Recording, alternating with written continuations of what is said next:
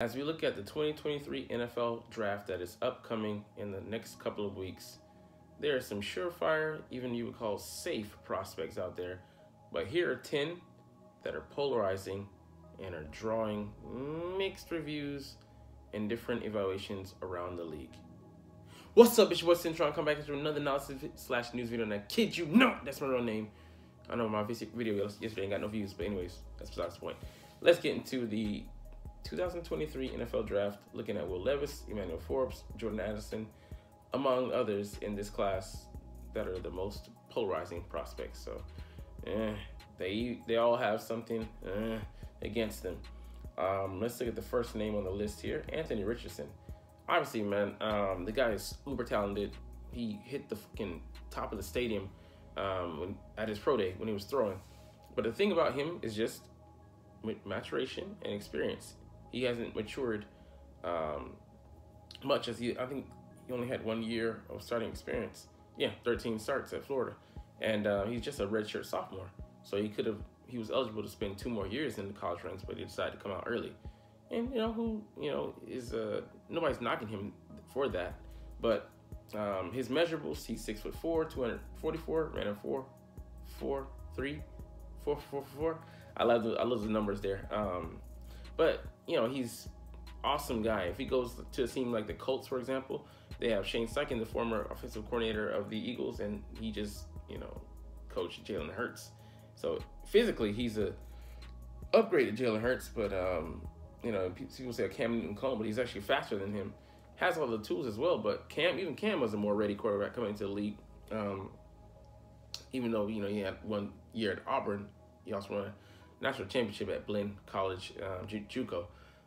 But he looks the part, but from the neck up, it's going to take a while for him. And ideally, sit him for 2 years, if you can 3.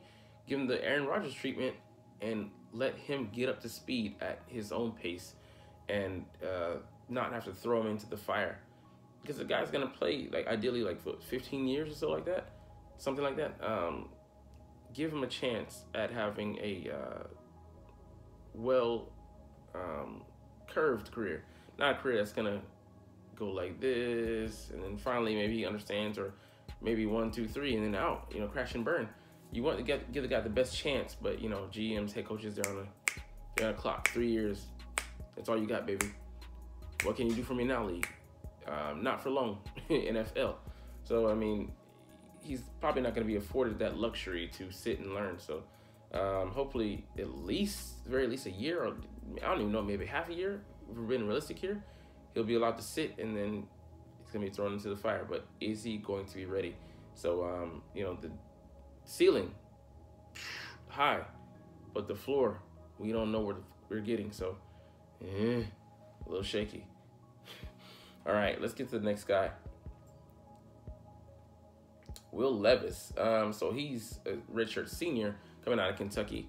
A little bit older guy, and more well-versed than his counterpart here in Richardson. With that being said, he's seen more of as a gunslinger, a risk taker, a guy whose accuracy can suffer because of his decision making, not because of his arm talent. Because he has a cannon. He even self-taught. He's like, man, I got guns, and I know how to use them. But can he mature past those mistakes, see the whole field, and really develop into a pinpoint accuracy guy that distributes the ball well, sees the entire field, uses his football IQ, his tools, like his comparison here, a Josh Allen. Can he have a similar arc? Come in, maybe have some lumps and some growing pains, but really grow into a stabilizing force within the league? Or is he gonna always be hampered by his maturity, his decision making? He's gonna put in the time to truly master an offense, and I think you could say he might be one of the more, even of the quadro or whatever, not quintuplet, that's 5, quadruplets. There we go. It could be seen as maybe the most pro-ready, but I don't know much about him as far as how his early years went. But I know he was the most prepared he's ever been in his career up until now this past year. And his results showed he didn't have a lot of talent around him as well at Kentucky, as much as these other guys at Ohio State, at Alabama's for sure. And, Florida didn't have so much with Richardson, but can he, will that make a difference with him, And obviously he's going to a talent-poor team, and that makes all the difference as well. Going to these teams that are not set up really well for success, you have to grow with them. And, what's going to be around him. So hopefully he maybe goes to middle picks, someone. I will hope not, because I don't want him to go somewhere in the NFC, like the Vikings, where they're more apt to develop him. Or maybe not, who knows. But anyways, those are the knocks against him. He's a size here, 6'4", 229, arm talent. But can he develop? Quentin Johnston, big receiver, TCU, 6'3", 215. So, the guy has the size and he has the speed. He's a burner. The one knock on him is his hands. Explosive here, 19 yards a catch. You can see over the past 3 seasons. That's dynamic, explosive guy. But, hands with 11.8% drop rate, that's concerning, man. Yeah, you don't want to see, your big body guy, hands catching, body catching, or not able to, when he finally separates, he's getting separation here, catch and run guy, not being able to do what his main job is, get the ball and stay in bounds. So, if he can cure that and then show that he can come in and develop his route running as far as the route tree goes, then, yeah, we were talking, man. Because big, tall, fast guys don't just come, they don't just grow these guys on trees. They have a rare skill set.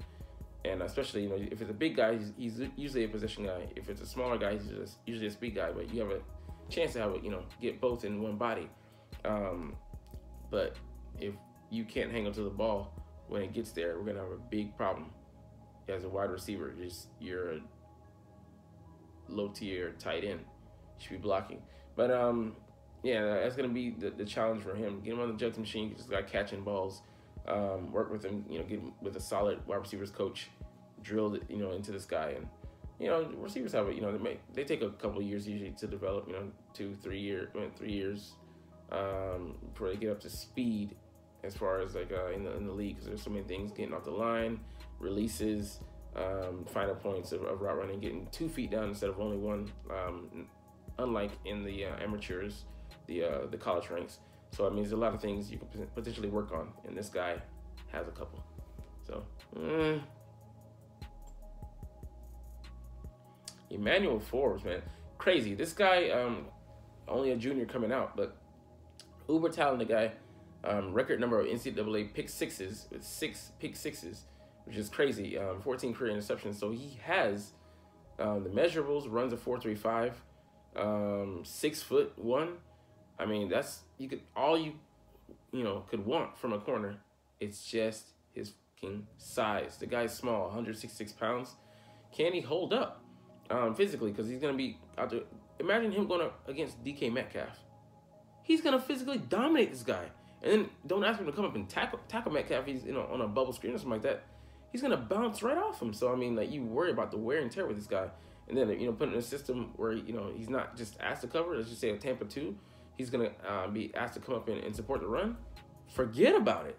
This guy's just too small as far as his rail thin. 6'1", you would think he has the size to put on weight, but why hasn't he? He reminds me of the one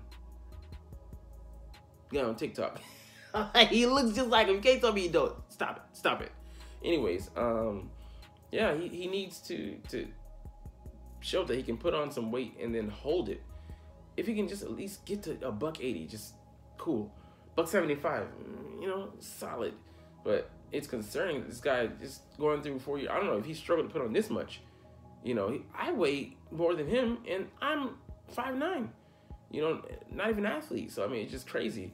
But it's not even a question of his talent level, because he played in the SEC, Mississippi State, talented guy, could cover a whole bunch of guys. But yeah, running backs, tight ends, big body wideouts, they're gonna abuse this guy. So it's crazy. He's a blue chip talent, all, the measurables and things in the world as far as like the makeup. Just doesn't have the physical makeup. So he's and then below average strength. Ooh, man, that ain't good. All right, Brian Breesy here, man. Another young guy coming out of Clemson, sophomore, redshirt guy. So he had 2 more years, and he was just like, forget it. I think that was injury motivated. Former number 1 overall recruit. So, I mean, the guy has talent in spades. 300-pound body. I mean, he's just a beast. It's just the health and durability. Can this guy hold up, and is he going to be worth the investment in a first-round pick? Most likely. I think he'll be a first-rounder. I think he's a lock for that. But just where does he go? Because people are concerned that he's not going to make it through a lengthy career. He's not going to do the 10 years that you want him to do. It might be like half decade in and out. He's shown as a freshman, but he tore his ACL, and then struggling to recover from that and come back. And him being a lineman, he needs those that lower body strength, those legs, and he has to. These guys grind and crash into each other each and every play. It's a high contact position, playing on that line, the D line, especially in the interior. And you getting double teams like that. They beat up on you, so you need to be able to hold your own and hold up. And his health is in question here. So, if you draft him with the lower first round pick, I don't think there's a problem there. And you're not counting on this guy to be an all-star, and give him a couple of years to kind of run in shape and get remove himself from those injuries. Then maybe he could showcase that talent that made him the number 1 overall recruit coming out of high school. But if you draft him high and you miss, you can always go with another guy who doesn't have those same concerns. And unfortunately, that's what's holding up BB here. So, all right, Jordan Addison, man. Won the Blitnikov in 2021, coming out of USC, a storied program. Problem is, he's only 5'11", 173 pounds, and he ran like a 4.4 in a 4.4 range, which is solid. But again, same thing with Emmanuel Forbes. He's rail thin, and those guys with that kind of size are kind of like slotted for the slot position. And he showed that he could show up on the outside. But I think this year as well, he dealt with some injury concerns, and then it's just you want to see your prototypical wide receiver on the outside. You want him to be 6 foot something, around 200 pounds, preferably 200 pounds plus. 4.4 speed, that's not a problem, but he's gonna get beat up in the league. It's funny, although Beckham had him, has him by some pounds, but he's a little bit thicker than him. He's like, rail thin. Like with Forbes, and can he put on some more weight, but is he gonna sacrifice the speed for that? So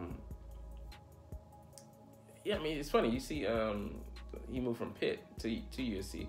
A lot of guys in the transfer portal. These guys moving in and out, but it's just he's very light in the ass, and is he gonna be able to hold up in the NFL, especially on the exterior? Doesn't scream number 1 wideout, so we shall see. Okay, so I was at Pitt, but his numbers dipped last year, so So was that a product of being was that a product of you learning a new offense, or was that the different talent there? You're dealing with different. I forget the corner's name coming out of for a certain place, but dealing with different competition, different level of competition. Nolan Smith here, so is he a workout warrior? Ran 4.39, 40-yard dash at the combine. Good measurables here with the vertical jump and the broad jump, but only at 238 pounds. And he had like 17 sacks in college, and he got hurt this year, so pectoral injury. Guy flashes, he has like a good pressure rate. I think like 12 or 13% I think 12% pressure rate, but not that many pressures. And where do you use him? He's a Swiss Army knife, but and a jack of all trades, but a master of none. So coming off the edge, he's only 238 pounds. He's not going to be able to hold up against the run on the edge, set the edge there. He's going to be used in pass rushing situations, and it just you want to draft a guy that's not just a one-trick pony. So the consistency, it wasn't there in college, and that's where you want to have guys show out and have crazy production. How's he gonna do in the pros when guys are bigger, faster, more on their level, and you can't use you can't just use one trick to beat guys unless you're just extremely good at it, and he wasn't even good at that in college. Blue chip measurables, but the actual player, how is he going to show up on Sundays? And that's just the real question. And injury concerns as well. Is he gonna be healthy? And just his overall impact. I would say a low first round pick, worth it. But definitely, people are gonna question in the middle range. Should I go with him or should I go with another guy who has more size and not just go off of potential? So.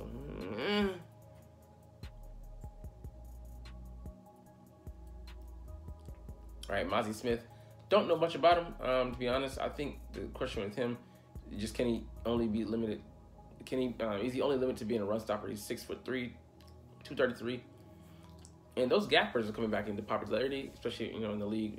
New England was one of the only teams running in and drafting guys who, it's like, for example, Vince Wilfork, who would, stand up against the run, but those guys are more in vogue again. And he's strong, but is he limited athletically? Is he going to just be a two-down player in the league? And those guys don't get drafted that highly. Jordan Davis, he's fast and all those things, but we primarily use him for his run stopping and gapping abilities.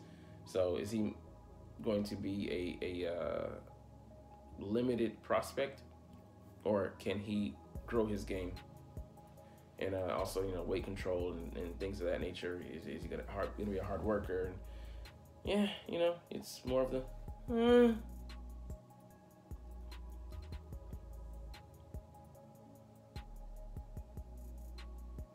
All right, Keely Ringo, this guy, A+ talent. Running a 4.36 at 210. He's like 6'1".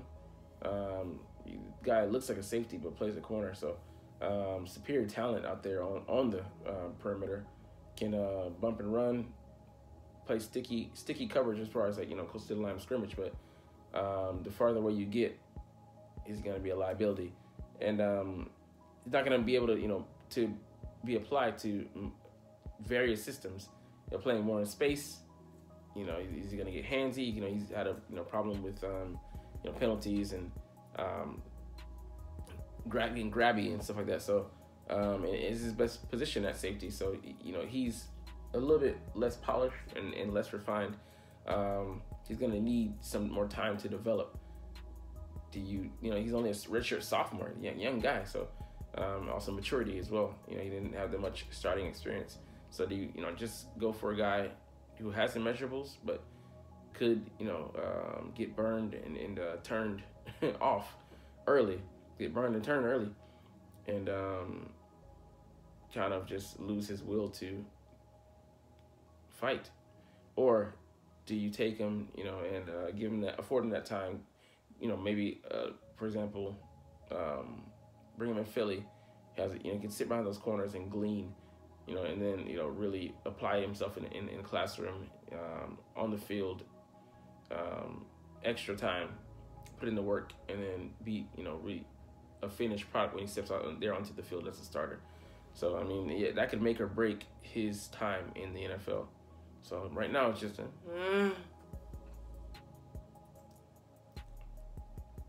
and Jair Brown. This guy was a pick magnet, nicknamed the turnover king in college at Penn State, senior. So he played several years, but a pedestrian 40 at 4.65, as a safety. You're gonna want more speed than that, and he has the awareness, he has the ball skills, but is he gonna be a more limited guy? You know, closer to the line of scrimmage, and yeah, can you trust him playing a deep third back there? Versatile, like Talanoa Hufanga. Can he have that same mark? Because Hufanga came in and he was a little bit more reserved than rookie year, but Pro Bowl safety going into his second year. So I mean, playmaker now. But is he gonna?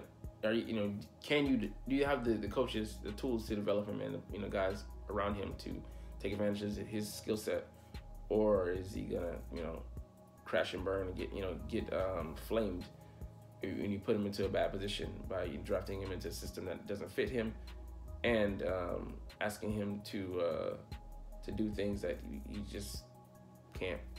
So we shall see with these guys, but it's an interesting list, man.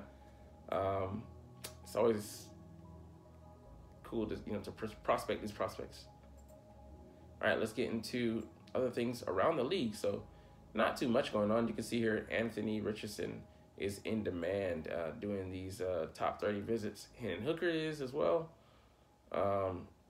Mostly the big news here, not really big news, but Richie James from the New York Giants is transplanting, another Giants receiver, moving over from the Giants to the Kansas City Chiefs. And he's a good slot receiver, solid, 4.4 speed, 5'9" guy, like $180, but fast guy.